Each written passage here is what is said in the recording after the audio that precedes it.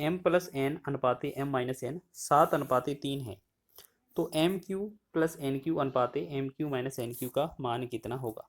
अगर इस तरीके से वैल्यू दिया है तो सबसे पहले क्या बोला है, m प्लस एन और बटा में m माइनस एन बराबर जो अनुपात दिया है वो 7/3 दिया है।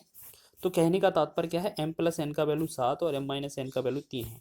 तो इसमें m का अनुपात कैसे, m का मान और n का मान कैसे निकलता है, हमने कई बार आपको बताया है कि एक बार एक वैल्यू प्लस में एक वैल्यू माइनस में है तो बड़ी वाली वैल्यू निकालते हैं, तो इन दोनों को जोड़ देते हैं 7 और 3 को, तो 10 लिखेंगे, बटा में 2 करेंगे तो ये बनेगा 5, और इन दोनों को एक बार घटाएंगे तो 7 में 3 जाएगा 4, 4 में 2 करेंगे तो ये बनेगा 2।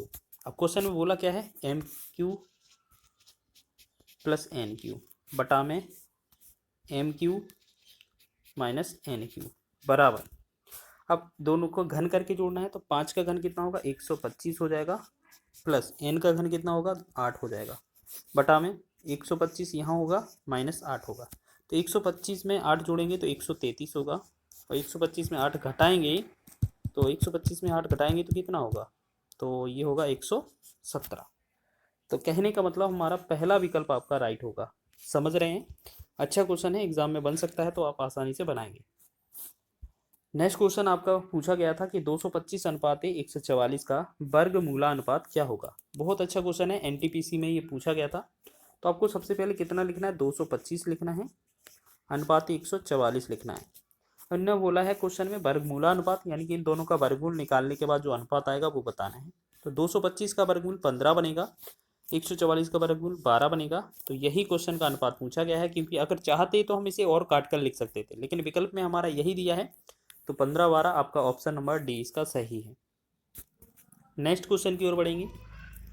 दो संख्याओं का योगफल 80 है, उनका अंतर 8 है, पहली संख्या का दूसरी संख्या से अनुपात क्या होगा। तो अभी हमने बताया है कि पीछे अगर कभी इस तरीके से क्वेश्चन मिले तो आपको क्या करना है कि अगर x प्लस वाई दोनों संख्याओं का योग दिया है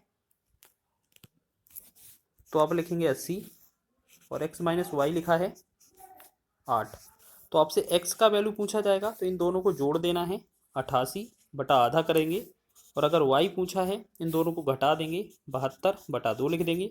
अब इनका अनुपात पूछा है तो हम बटा में लगा देंगे, 2 से 2 कट जाएगा, ठीक है। या आप ऐसे समझें कि इसे काटेंगे तो ये बनेगा 44, और इसे काटेंगे तो ये बनेगा 36। आपसे x बटा वाई यानी कि अनुपात पूछा है, तो ये 44 बटा में 36 का वैल्यू पूछा गया है।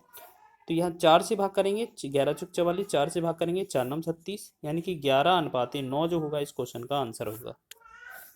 डी विकल्प आपका आंसर है। नेक्स्ट क्वेश्चन की ओर बढ़े।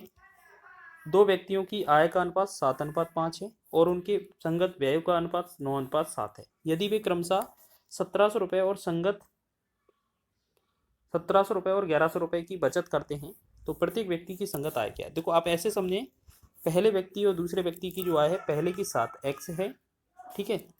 अब थोड़ा स्पेस से देख लें, पहले की जो आय है वो 7x है, दूसरे की मान लेते हैं 5x है, ठीक है। इन दोनों ने जो व्यय का अनुपात है खर्च किया है 7 और 9 और 7 के रूप में, तो यहाँ पर 9y पहले वाले ने खर्च मान लिया, दूसरे वाले ने 7y कर लिया। यानी कि अगर आय में से खर्च घटाएंगे तो इनका बचत बनेगा, तो पहले वाले का बचत 1700 रुपये, दूसरे वाले का बचत आपका 1100 रुपये। तो क्या करना था, पहली आय दूसरी आय, पहली बचत पहला व्यय दूसरा व्यय, और जब आय में से व्यय घटाते हैं तो बचत निकलता है, ये चीज़ आप जानते ही होंगे, ठीक है। अब इनको अगर वैल्यू निकालना है हमें, पहले हम देखो x का वैल्यू निकालेंगे, तो x में देखो सभी के विकल्प अलग हैं, तो एक ही वैल्यू निकाल लेते हैं। यहाँ से इन दोनों को क्रॉस गुणा करेंगे, 7 7 49 और 5 9 45, तो हम देखेंगे 49 माइनस 45, इसके साथ क्या लगा देंगे x, या समझ लेंगे पहला वैल्यू बराबर, बराबर क्या हो जाएगा आपका 9 का गुणा करेंगे इसमें और 17 का गुणा करेंगे इसमें, 7 का गुणा 17 में, तो 17 7 119 हो जाएगा, और 2 0 माइनस 11 9 99 हो जाएगा, और 2 0 हमने देखा इनमें से घटाएंगे तो x बराबर जो आएगा इनका 4x बचेगा, ठीक है।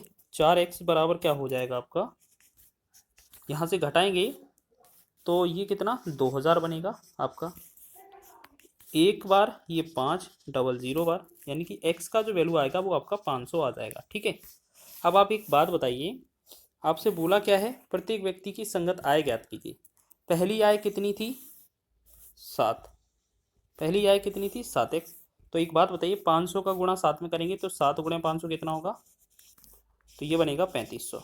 तो 3500 वाला विकल्प होना चाहिए, तो जो कि हमारा डी विकल्प में दिया है। अगर दूसरी भी आय चेक करना चाहते हैं तो दूसरे वाले में क्या करेंगे, 5 में गुणा करेंगे, तो 5 में गुणा करेंगे 500, तो ये कितना होगा 2500। यानी कि दोनों ही आय हमारी आसान है। और अगर ये कभी भी समीकरण मिले तो आप ऐसे ही आसान से हल करेंगे तो आसानी से आंसर हो जाएगा। एक क्वेश्चन और देखेंगे, यहाँ लिखा है क्वेश्चन, दो संख्याओं का अनुपात 3:2 है। यदि पहली संख्या और दूसरी संख्या से क्रमशः 8 और 6 घटाया जाता है तो यह अनुपात 8 और अनुपात 5 हो जाता है। संख्या ज्ञात करें। तो सबसे पहले क्या है, इसको सॉल्व नहीं करना होता है, इसको बस वेरीफाई करना होता है आंसर के विकल्प से। पहले क्या बोला है कि पहला जो स्टेप है, क्वेश्चन में लिखा है संख्या में अनुपात कितना है 3:2 का। तो यहाँ पर अगर हम बात करेंगे, पहला जो अनुपात है 8 से भाग करेंगे 8 तिया 24, 8 से भाग करेंगे 8 चौके 32, 4 और 3 का अनुपात है, पहला विकल्प गलत हो जाएगा। 10 से भाग करेंगे 10 तिया 30, 10 से भाग करेंगे 10 से 40, तो ये 3 और 4 का विकल्प है, ये भी गलत हो जाएगा। अब देखेंगे 8 से भाग दिया, 8 दूना 16, 8 से भाग दिया 8 तिया 24, ये 3:2 है और ये वाला भी 3:2, मतलब ये दोनों हो सकते हैं अब आंसर। लेकिन अब क्या बोला गया है, पहले वाले में 8 जोड़ें, तो इन्हीं दोनों को वेरीफाई और करें, क्रमशः 8 और 6 घटाया जाए, यानी कि पहले वाले में से और दूसरे वाले में से 8 6 घटाया जाए। एक बात बताइए आप, एक बात बताइए कि अगर डी ऑप्शन में से कुछ घटाएंगे तो माइनस में जाएगा, तो इसमें तो कुछ घटाना ही नहीं है, यानी कि ऊपर जो वैल्यू दिया है ना उसी में से घटा सकते हैं। वैसे भी आंसर यही होना चाहिए, फिर भी चेक करेंगे। 24 में से 8 घटाएंगे तो ये बनेगा 16, और 16 में से 8 घटाएंगे तो ये बनेगा 8। जब इससे एक सेकेंड, क्या बोला है, पहली और दूसरी संख्या से क्रमशः 8 घटाया जाता है तो यह अनुपात 8 और 5 हो जाता है। ठीक है, अच्छा एक बार चेक कर लें दोबारा से, क्या यह सही है, क्या ये विकल्प सही है, एक बार वेरीफाई करें।